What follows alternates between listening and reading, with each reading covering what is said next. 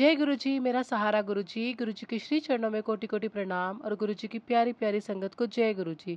संगत जी, आज का जो सत्संग है आंटी ने शेयर किया है, सत्संग बहुत खास है। सत्संग को पूरा सुने और अंत तक सुने, क्योंकि आंटी ने इसमें गुरु जी के ड्रीम दर्शन के बारे में बहुत कुछ बताया है जो सारी संगत जानना भी चाहती है। तो संगत जी, सत्संग शुरू करने से पहले हम गुरु जी का मंत्र जाप कर लेते हैं।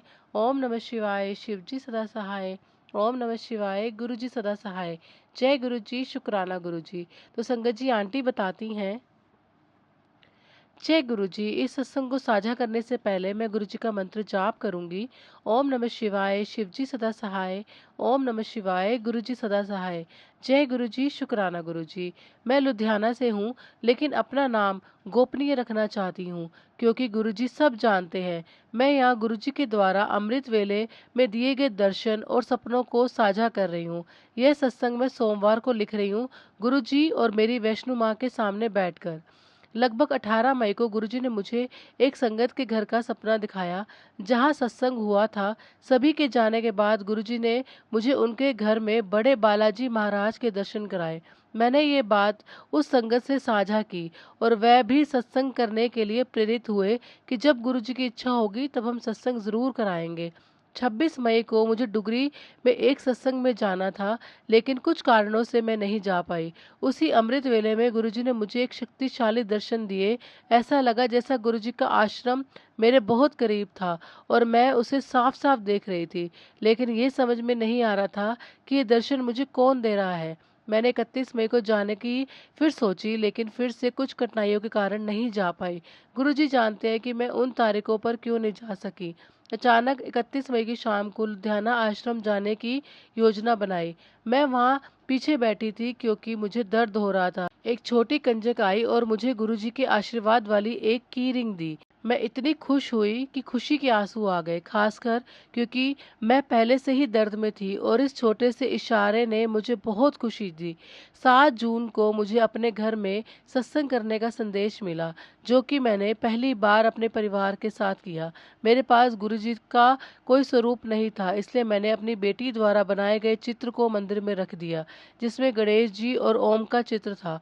मुझे लगा कि गुरुजी मुझे बता रहे हैं कि असली स्वरूप हमारे भीतर है और उससे मुझे शांति मिली।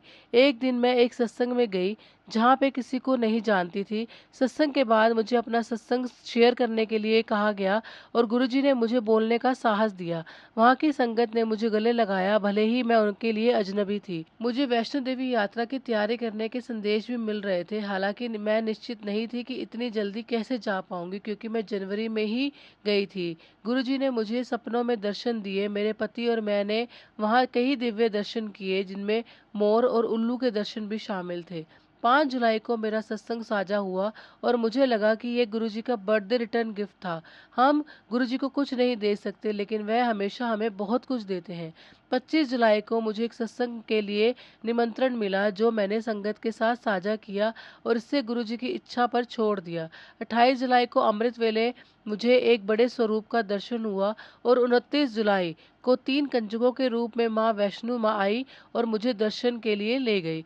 मैं इस सत्संग को यहीं समाप्त करूंगी, क्योंकि ये काफी लंबा हो गया है। जय गुरु जी, शुक्राना गुरु जी। गुरु जी कृपया सभी को आशीर्वाद दे जिन्हें आपके आशीर्वाद की आवश्यकता है, और उन लोगों को भी आशीर्वाद दे जो शायद इसके लिए नहीं पूछते। हम आपके द्वारा चुने गए हैं, यही हमारा सबसे बड़ा आशीर्वाद है। ओम नमः शिवाय, शिव जी सदा सहाय। ओम नमः शिवाय, गुरु जी सदा सहाय। जय गुरु जी, शुक्राना गुरु जी। तो संगत जी, ये था आंटी का सत्संग। आंटी को गुरुजी ने बहुत बारे ड्रीम दर्शन दिए, और जैसे कि आंटी वैष्णो माता को बहुत मानती हैं, कंजक के रूप में, चाहे वैष्णो देवी जाने के रूप में, गुरुजी ने बहुत बारे दर्शन दिए। अब ऐसे ही होता है, हमें बहुत सारे मैसेजेस मिलते हैं, संदेश मिलते हैं कि हमारा आज काम बनेगा, या हम यहाँ दर्शन के लिए जाएंगे, या वैष्णो माँ हमें बुलाएगी।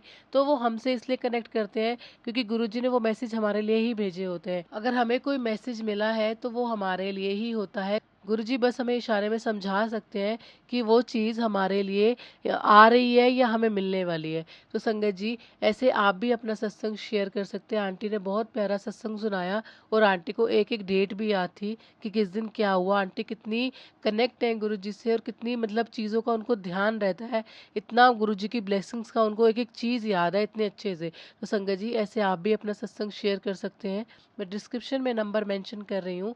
आप अपना सत्संग बोलकर या लिखकर उस नंबर पे व्हाट्सएप कर दीजिए। और अगर लिखते हैं संगत जी, प्लीज़ साफ और सुंदर लिखावट में लिखिए, क्योंकि सत्संग को सुनाना और पढ़ना फिर मुश्किल हो जाता है अगर सही नहीं लिखा होता तो। और अगर भेज रहे हैं वॉइस मैसेज तो क्लियर वॉइस में भेजिए, पीछे से कोई शोर ना हो। ठीक है संगत जी, तो मिलती हूँ आपको बहुत ही जल्द नेक्स्ट सत्संग में। जय गुरु जी, शुक्राना गुरु जी, अनंतम शुक्राना।